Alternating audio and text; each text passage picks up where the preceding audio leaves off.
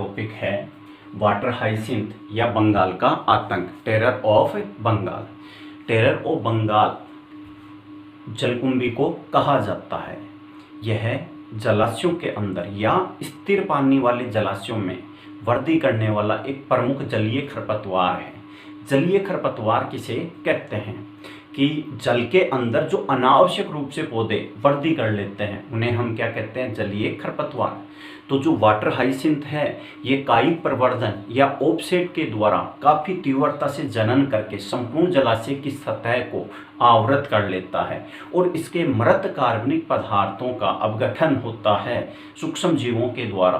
तो जलाशय में घुलित ऑक्सीजन की मात्रा क्या हो जाती है, कम, अर्थात इस पादप के द्वारा जल में घुलित ऑक्सीजन को खींच लिया जाता है, जिसके कारण जलीय प्राणी अर्थात मछलियों की क्या हो जाती है, मृत्यु हो जाती है। ये जो पादप है वाटर हाइसिंथ या जलकुंभी, यह भारत का स्थानीय पादप नहीं है। इसे इसके सुंदर आकार के पुष्पों के कारण और बड़े आकार की पत्तियों के कारण इसे भारत में आयातित किया गया था, लेकिन ये अब स्थिर पानी वाले जलाशयों का एक प्रमुख समस्या बन गई है। वाटर हाइसिंथ या बंगाल का आतंक किसे कहा जाता है, जलकुंभी को। तो कौन है जलकुंभी या वाटर हाइसिंथ? जलकुंभी है, ये एक प्रमुख जलीय खरपतवार है, प्रमुख जलीय खरपतवार है। जलीय खरपतवार किसे कहते हैं? जो जलाशयों के अंदर अनावश्यक रूप से वृद्धि करते हैं उन पौधों को हम जलीय खरपतवार कहते हैं। ये मुख्यतः स्थिर या ठहरे पानी वाले जलाशयों के अंदर पाए जाते हैं। स्थिर पानी के अंदर ये काफी तीव्रता से क्या करते हैं, प्रजनन करते हैं। इन्हें भारत में इनका आगमन है, भारतवर्ष में इसका जो आगमन है वो सुंदर पुष्पों व पत्तियों के कारण हुआ था, लेकिन ये कायिक प्रवर्धन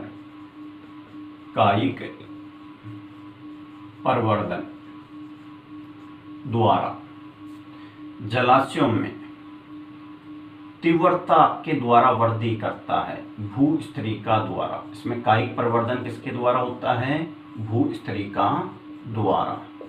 तो कायिक प्रवर्धन के द्वारा ये जलाशय की सतह को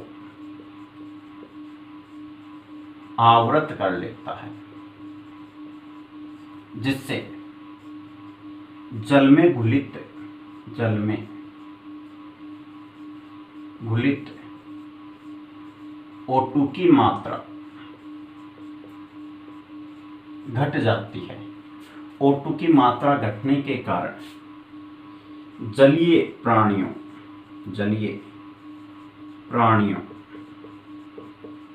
जैसे मछलियों की डेथ हो जाती है, मृत्यु हो जाती है। अब ये ऑफसेट के द्वारा कायिक प्रवर्धन करता है, अतः जलाशय से अठा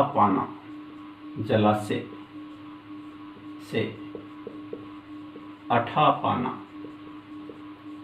कठिन प्रक्रिया है इसकी, क्योंकि ये ऑफसेट के द्वारा वृद्धि करता है।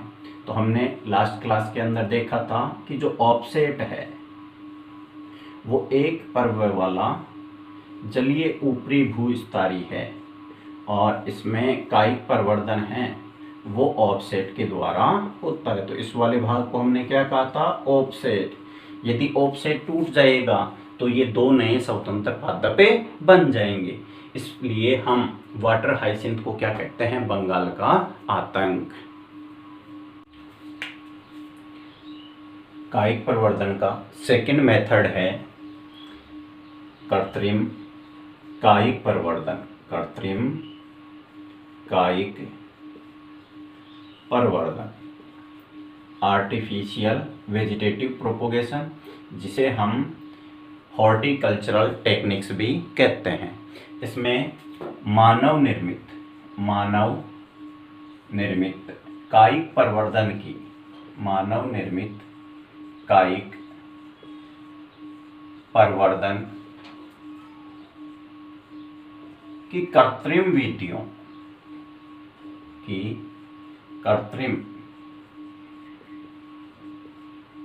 विधियों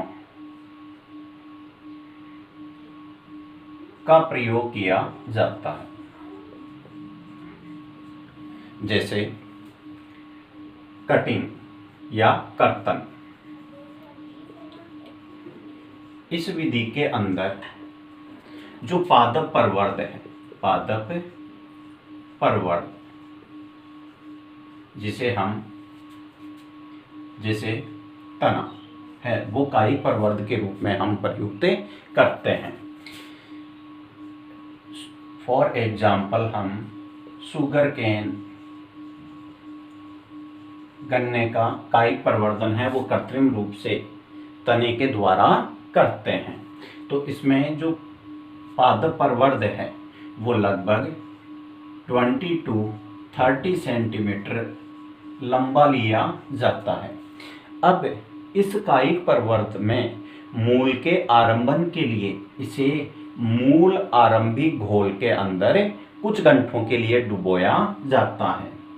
dip into root promoting chemicals, मूल प्रारंभक रसायनों के घोल में हम कुछ घंटों के लिए डिप करेंगे। लाइक जैसे कि किन के अंदर, indole butyric acid, naphthalic acetic acid के अंदर हम डिप करेंगे। इसके बाद में इन्हें हम नम मृदा के अंदर रोपित कर देंगे। नम मृदा में रोपण, नम मृदा में रोपण के बाद में इस पादप प्रवर्ध से अपस्थानिक मूलों का निर्माण होता है। इसी के साथ में इस पर अपस्थानिक कलिकाएं हैं, अपस्थानिक कलिकाएं हैं, उनसे पररोह का क्या हो जाता है, निर्माण। इस प्रकार से हमारे को एक नया पादप प्राप्त हो जाता है। जैसे कि ये शुगर केन अर्थात गन्ने का हमने लगभग 20 से 30 सेंटीमीटर लंबा कायिक प्रवर्ध ले लिया। अब इस कायिक प्रवर्ध को हम 20 से 30 मिनट तक या कुछ घंटों तक हम इसे किसमें डुबो कर रखेंगे, मूल प्रारंभक रसायनों में, जैसे indole butyric acid, naphthalic acetic acid में। फिर इसके बाद में हम इसे नम मृदा के अंदर रोपित कर देंगे, जिसके फलस्वरूप इससे अपस्थानिक मूलों का क्या हो जाता है, निर्माण, और इसकी कलिकाओं से पररोह का क्या हो जाता है, निर्माण। इस प्रकार से हमारे को एक नया पादप प्राप्त हो जाता है।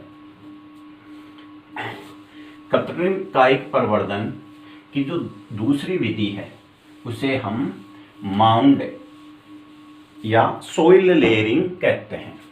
सेकंड मेथड है माउंड या सॉइल लेयरिंग, टीला दाब विधि भी कहते हैं इसको हिंदी में। माउंड लेयरिंग को क्या कहते हैं, टीला दाब विधि। इसके अंदर हम एक नम मृदा का पादप भाग के ऊपर टीला बनाएंगे। तो इस विधि में क्या है कि जो शाखीय पादप होते हैं या जिनकी शाखाएं हैं उनकी ऊंचाई है वो धरातल से बहुत कम होती है। तो जो आधारीय शाखाएं हैं उन्हें झुकाकर मिट्टी की सतह के नीचे दबा दिया जाता है, मिट्टी की सतह के नीचे दबा दिया जाता है। और इस दबे हुए भाग के ऊपर एक मिट्टी का टीला है वो बना दिया जाता है। इस मिट्टी के टीले को हम माउंड कहते हैं। अब यहाँ पर जो भाग मिट्टी के टीले के नीचे दबा हुआ है उस भाग की जो पत्तियां हैं उसे भी हटा दिया जाता है, अर्थात डिफोलिएट कर दिया जाता है और इस पर चाकू की सहायता से घाव बना दिए जाते हैं। इस माउंड या मिट्टी के टीले को नम बनाए रखने के लिए समय समय पर जल का छिड़काव करते रहते हैं। कुछ दिनों के बाद में इस दबे हुए भाग के क्षतिग्रस्त भागों से अपस्थानिक मूलों का निर्माण हो जाता है। इसके बाद में इस भाग को यहाँ से काटकर ये हमारे पास में एक नया पादप है वो प्राप्त हो जाएगा, नव पादप। तो माउंड या सोइल लेयरिंग के अंदर क्या किया जाता है? यह विधि शाकीय पादपों में अपनाई जाती है, शाकीय पादपों में, जैसे नाशपाती, पियर, सिट्रस अर्थात नींबू में और नाशपाती में। इसमें क्या है कि इस शाकीय पादप की जो आधारीय शाखा है, आधारीय शाखा है, उसको नीचे की ओर झुकाकर एक मिट्टी के टीले के नीचे, मिट्टी के टीले जिसे हम क्या कहते हैं, माउंड के नीचे दबा दिया जाता है। अब इस दबे हुए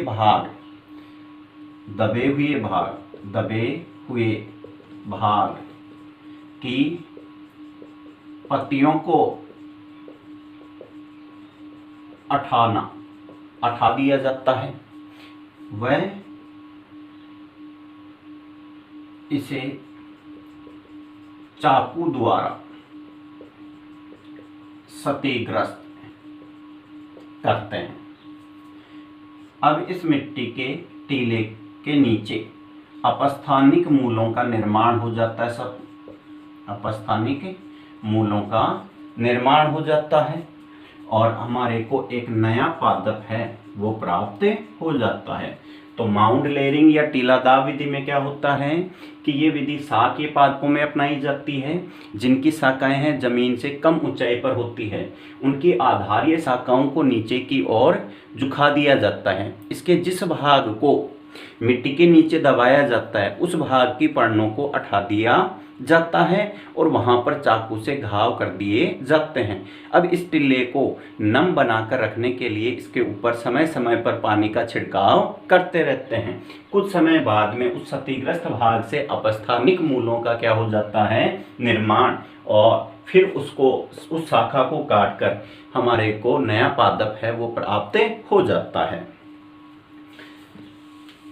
कृत्रिम कायिक प्रवर्धन की जो थर्ड विधि है उसे हम एयर लेयरिंग या गुटी या वायुदाब।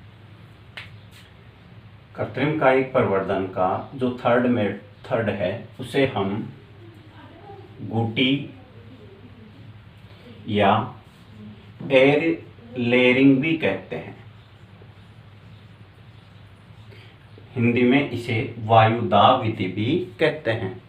यह विधि उन पादपों में अपनाई जाती है जिनकी शाखाएं काष्ठीय होती है और शाखाएं जमीन से काफ़ी अधिक ऊंचाई पर होती है। अधिक ऊंचाई पर होने के कारण और काष्ठीय होने के कारण हम उन्हें नीचे की तरफ झुकाकर मिट्टी में नहीं दबा सकते, इसलिए गुटी या एयर लेयरिंग टेक्निक अपनाई जाती है उन पादपों में। तो किनमें? काष्ठीय व झाड़ी नुमा पादपों के अंदर इस विधि का उपयोग किया जाता है, जैसे सिट्रस अर्थात नींबू, पोमेग्रेनेट अर्थात अनार इनके अंदर, और एक गोवावा अमरूजी, इनके अंदर इस विधि का उपयोग किया जाता है कृत्रिम कायिक प्रवर्धन के लिए। तो इस विधि में जो काष्ठीय पादप है जिसकी शाखाएं हैं वो धरातल से अधिक ऊंचाई पर स्थित होती है, तो उनके अंदर जो शाखाएं होती है, तो जो मानसून है उसके प्रारंभ होने के समय पर 3 से 5 सेंटीमीटर की दूरी में जो बार्क है अर्थात छाल है, इसको एक रिंग के रूप में हटा देते हैं। मानसून या वर्षा ऋतु के प्रारंभ पर शाखा से 3 से 5 सेंटीमीटर लंबी वलय के रूप में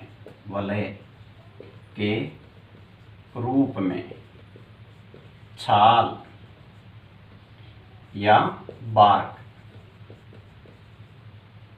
को हटा देते हैं। इसके हटाने के बाद में इस भाग को ग्राफ्टिंग क्ले के द्वारा कवर करते हैं। तो कवर विथ ग्राफ्टिंग क्ले। जो ग्राफ्टिंग क्ले है इसका संगठन क्या क्या है, अर्थात कौन कौन से पदार्थों से मिलाकर अपन इसे बनाते हैं। तो ग्राफ्टिंग क्ले के अंदर फर्स्ट हम बात करें तो एक पार्ट है वो हम गाय का गोबर लेते हैं, 1 पार्ट ऑफ काउ डंग, गाय का गोबर, प्लस एक पार्ट है वो हम मॉस ब्रायोफाइट्स का लेते हैं नमी बनाए रखने के लिए, प्लस 2 पार्ट है वो अपन क्ले अर्थात चिकनी मिट्टी के लेते हैं, प्लस इनके साथ में जो रूट प्रमोटिंग हार्मोन है जैसे कि इंडोल ब्यूटाइरिक एसिड है उसकी भी अल्प मात्रा लेते हैं। तो यहाँ पर ग्राफ्टिंग क्ले है उसको लगाकर हम इसे एक बोरी के द्वारा है वो बांध देते हैं। अब इसकी जो ऊपर वाली शाखा है उसके ऊपर हम एक मटका लटका देते हैं और इस मटके के अंदर हम पानी या जल भर देते हैं। अब इसके पेंदे वाले भाग में एक छिद्र बनाकर यहाँ पर एक रस्सी है वो पिरो दी जाती है और उस रस्सी को जो बूटी है उसके चारों ओर लपेट दिया जाता है। अब 3 से 4 महीनों बूटी, अब इसके द्वारा जो पानी आता है वो इसको नम बनाए रखता है जिससे मूल का प्रारंभन है या मूल का निर्माण है वो आसानी से हो जाता है। कुछ महीनों के बाद में यहाँ पर अपस्थानिक मूल है उनका निर्माण हो जाता है, अपस्थानिक मूलों का निर्माण हो जाता है। इसके बाद में इस पादप को यहाँ से काटकर, इस टहनी को यहाँ से काटकर पृथक कर लिया जाता है और ये वाला पादप हमारे पास में एक नए पादप के रूप में प्राप्त हो जाता है। ग्राफ्टिंग कहते हैं। 2 अलग अलग पादप भागों को जोड़ा जाता है। इसमें 2 अलग अलग पादपों को जोड़कर संयुक्त पादप या कंपोजिट प्लांट, संयुक्त पादप निर्मित किया जाता है, निर्मित किया जाता है। तो हम 2 प्लांट लेंगे, प्लांट फर्स्ट और प्लांट सेकेंड। तो जिस प्लांट का हम मूल तंत्र लेते हैं, जिस प्लांट का हम मूल तंत्र अर्थात रूट सिस्टम लेते हैं उसको हम क्या कहेंगे, स्टॉक या स्कंद कहेंगे। जबकि जिस प्लांट का हम पर्रोह तंत्र लेते हैं, पर्रोह तंत्र या शूट सिस्टम, उसे हम सायन या ग्राफ्ट कहते हैं। तो यहाँ पर हम कहेंगे कि ग्राफ्टेड या कंपोजिट प्लांट में, ग्राफ्टेड प्लांट है उसमें 2 अलग अलग प्लांटों के भागों को आपस में जोड़ा जाता है।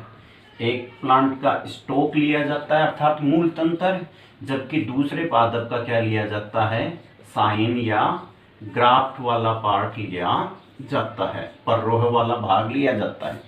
जो स्टॉक है ये हमेशा वाइल्ड स्पीसीज या जंगली प्रजाति का लिया जाता है। जंगली प्रजाति का।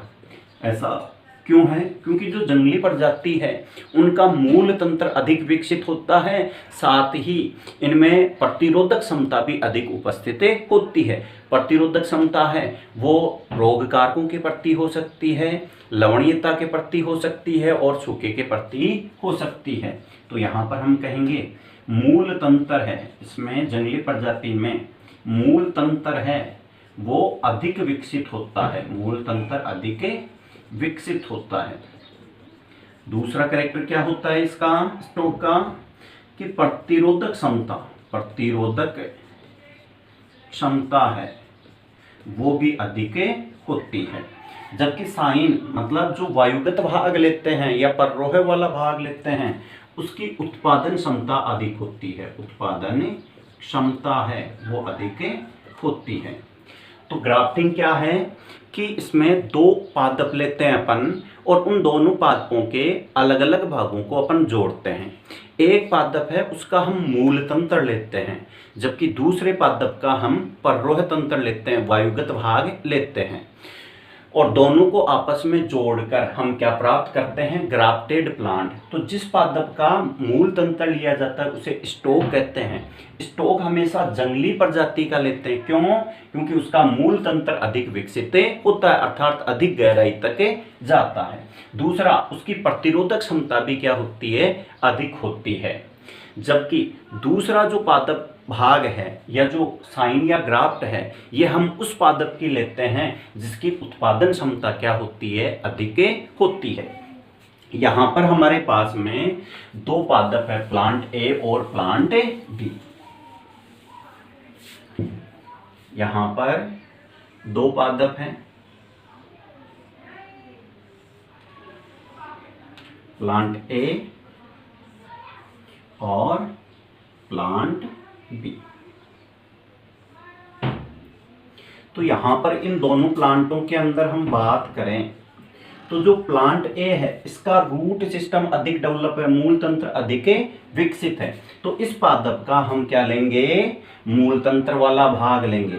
तो जिस पादप का स्टोक लिया जाता है उस पादप को जमीन से लगभग 10 से 20 सेंटीमीटर की ऊंचाई से काटा जाता है। तो इसका चयन हम किसके रूप में कर लेंगे, स्टोक के रूप में। जबकि दूसरा प्लांट है जिसका मूल तंत्र तो कम विकसित है लेकिन जिसका पररोह तंत्र अधिक विकसित होता है या जिसकी उत्पादन क्षमता क्या होती है, अधिक होती है। यहाँ पर हम देखें तो एक जिस प्लांट का हमने स्टोक लिया है उसके फलों का आकार है वो क्या है, छोटा, जबकि दूसरा पादप है उसके फलों का आकार क्या है, बड़ा है। तो इस वाले बी प्लांट की उत्पादन क्षमता क्या होती है, अधिक है। तो जिसका पररोह तंत्र अधिक विकसित होता है उसका हम कौन सा पार्ट लेंगे, वायुगत भाग या पररोह वाला भाग, और इस भाग को हम क्या कहते हैं, ग्राफ्ट कहते हैं, ग्राफ्ट कहते हैं। और यहाँ पर क्या है, इसके बर्ड्स प्रेजेंट हैं। अब इन दोनों पादपों को हम एक साथ कंबाइन किस प्रकार से करते हैं, तो दोनों प्लांटों को हम काट कर एक दूसरे के ऊपर जोड़ते हैं। जिस पादप का स्टोक लिया जाता है उसको जमीन की सतह से 10 से 20 सेंटीमीटर की ऊंचाई से काटा जाता है, और जिस प्लांट का ग्राफ्ट लिया जाता है उस प्लांट का हम कलिका युक्त भाग लेते हैं जिस पर कलिकाएं उपस्थित होती है। तो इस वाले प्लांट पार्ट को हम इसके ऊपर अटैच कर देते हैं। देखते हैं, देखें तो हमने ये प्लांट ए था हमारे पास में, उसका स्टोक ले लिया।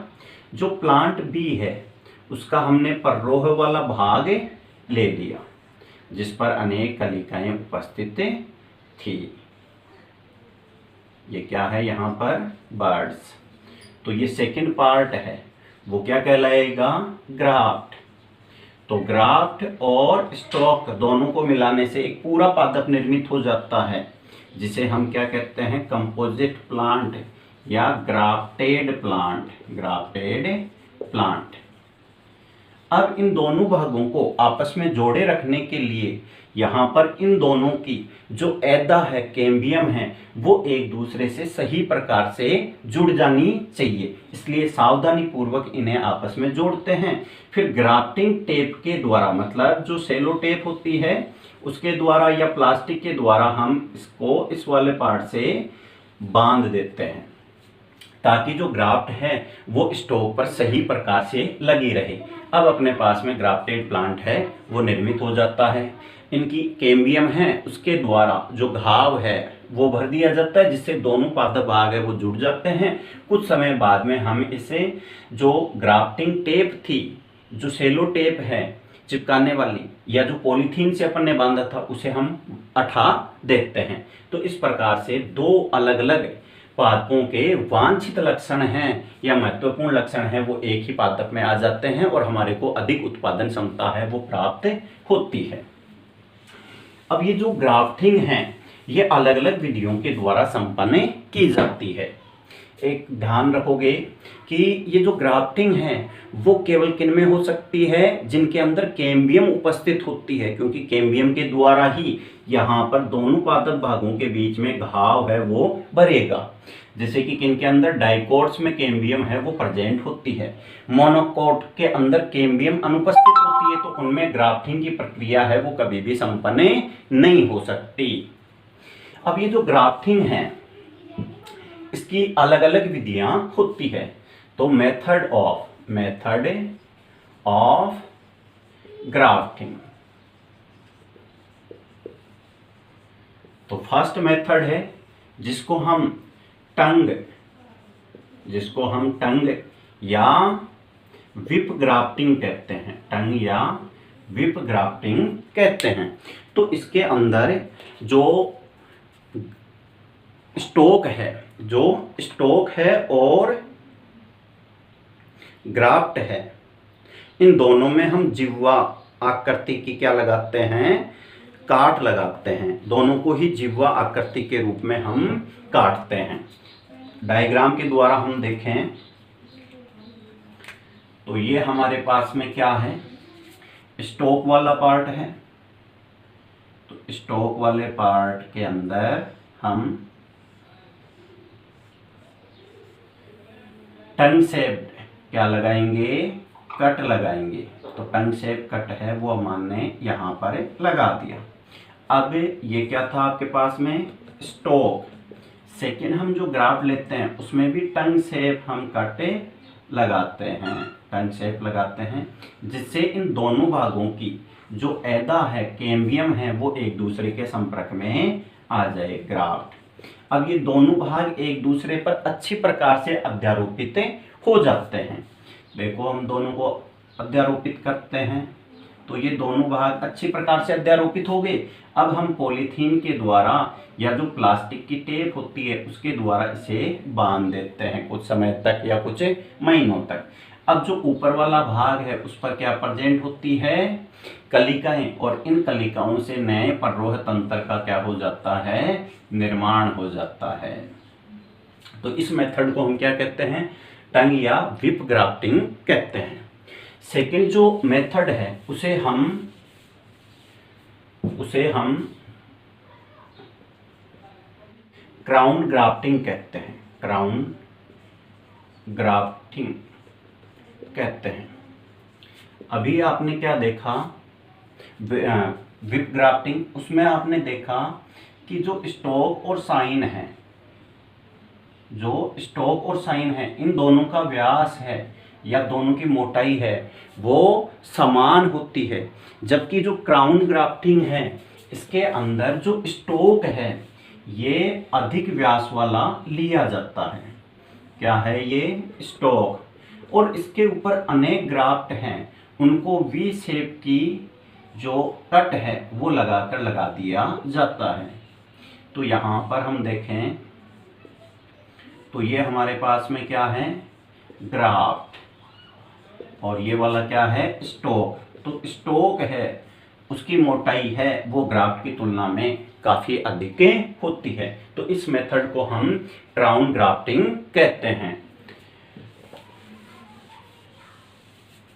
थर्ड जो ग्राफ्टिंग का मेथड है, विधि है, उसे हम वेज ग्राफ्टिंग कहते हैं। क्या कहेंगे? Veg grafting. तो वेज ग्राफ्टिंग की प्रक्रिया में हम क्या देखते हैं कि ये हमारे पास में क्या है, स्टॉक, और ये वाला जो पार्ट है उसको हम क्या कह रहे हैं, ग्राफ्ट। दोनों हैं वो हम समान व्यास वाले लेते हैं, समान मोटाई वाले लेते हैं। जो स्टॉक है इसमें हम वी आकृति की काट लगाते हैं, जबकि जो ग्राफ्ट है इसके अंदर हम वेज या बाण का जो नुकीला सिरा होता है उसके समान हम कटे लगाते हैं। अब ये दोनों भाग हैं वो एक दूसरे में अध्यारोपित हो जाते हैं, अर्थात इनकी कैम्बियम है वो एक दूसरे से सुव्यवस्थित हो जाती है। इसे हम क्या कह रहे हैं, वेज ग्राफ्टिंग। तो वेज टाइप का कट है वो किसमें लगाया हमने, ग्राफ्ट में, जबकि वी शेप कट है वो हमने किसमें लगाया, स्टॉक में। वी शेप्ड कट है वो तो किसमें लगाया, स्टॉक में, और वेज शेप्ड है कट है वो हमने किसके अंदर लगाया, ग्राफ्ट के अंदर। तो ये वाला वेज ग्राफ्टिंग मेथड हो गया। अब जो ग्राफ्टिंग का फोर्थ मेथड है उसे हम क्या कहते हैं, साइड ग्राफ्टिंग। Side grafting. तो साइड ग्राफ्टिंग में क्या है, एक क्या ले रहे हैं यहां पर अपन, स्टॉक। अब इस स्टॉक वाले भाग में एक तिरछा कट है वो कैम्बियम वाले भाग तक बना दिया जाता है, और यहाँ पर बार्क सहित किसी दूसरे पौधे की कोई कलिका है या वो है वो लाकर हम लगा देते हैं। तो साइड वाले पार्ट में लगा रहे हैं, ये स्टॉक है और ये हमारे पास में क्या हो गई, ग्राफ्ट। तो इसको हम साइड ग्राफ्टिंग कहते हैं। और यदि इस वाले भाग में हम किसी बड या कलिका को लगाते हैं तो उसे हम क्या कह देंगे, बड ग्राफ्टिंग। तो यहाँ पर हमने वेरियस मेथड है, विभिन्न विधियां हैं वो कृत्रिम कायिक प्रवर्धन की पढ़ी है। ये सभी मानव निर्मित विधियां हैं, इसलिए इन्हें हम उद्यानिकी में अर्थात हॉर्टिकल्चर टेक्निक्स के रूप में यूज लेते हैं।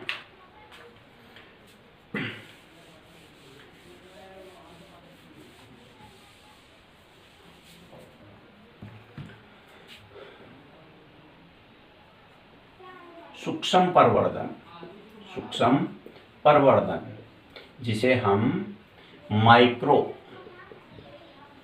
प्रोपोगेशन भी कहते हैं। तो सूक्ष्म प्रवर्धन, सूक्ष्म का मतलब अति सूक्ष्म भाग, छोटा भाग, और प्रवर्धन मतलब उसकी वृद्धि करवाते हैं।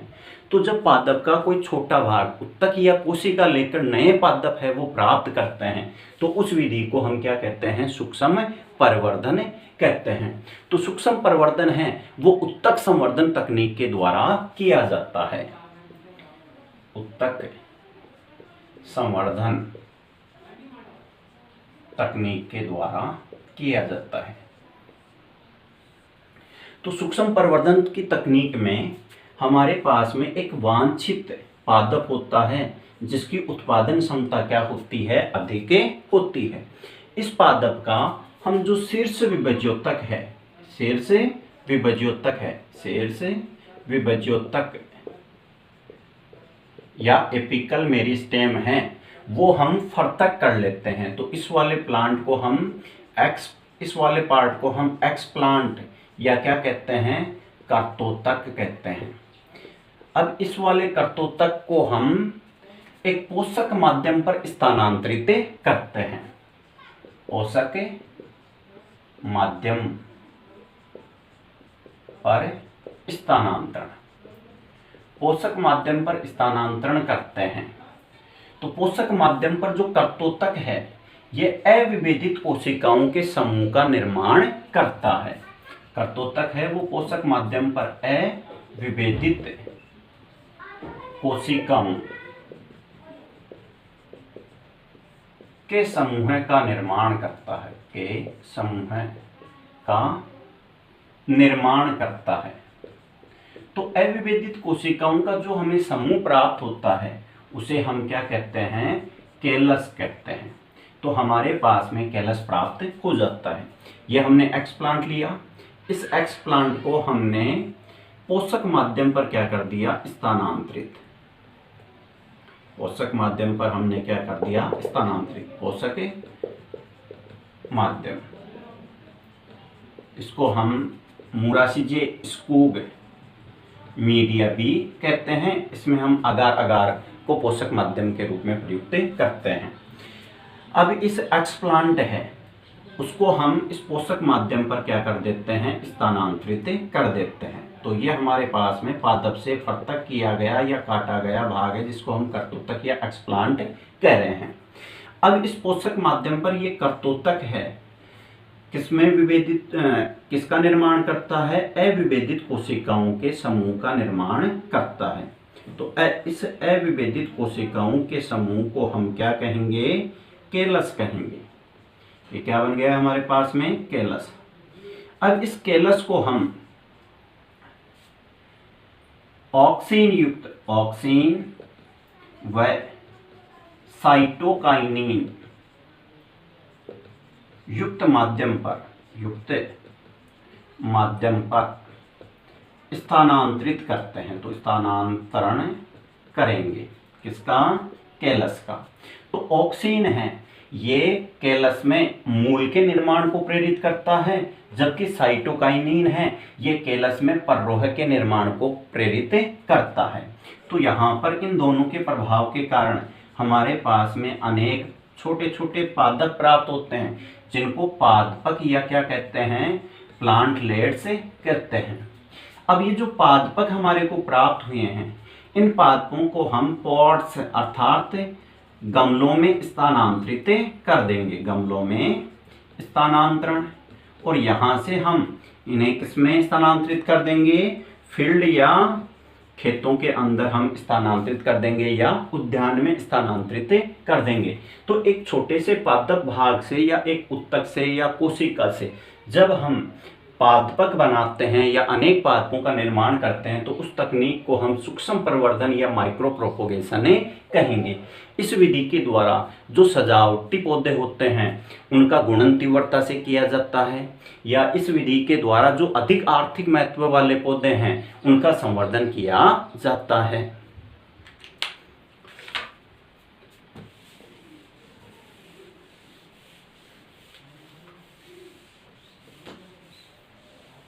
सूक्ष्म प्रवर्धन का इम्पोर्टेंस या महत्व। सूक्ष्म प्रवर्धन का महत्व या इम्पोर्टेंस। तो इसके द्वारा हम रोग मुक्त पादप है वो तैयार कर सकते हैं।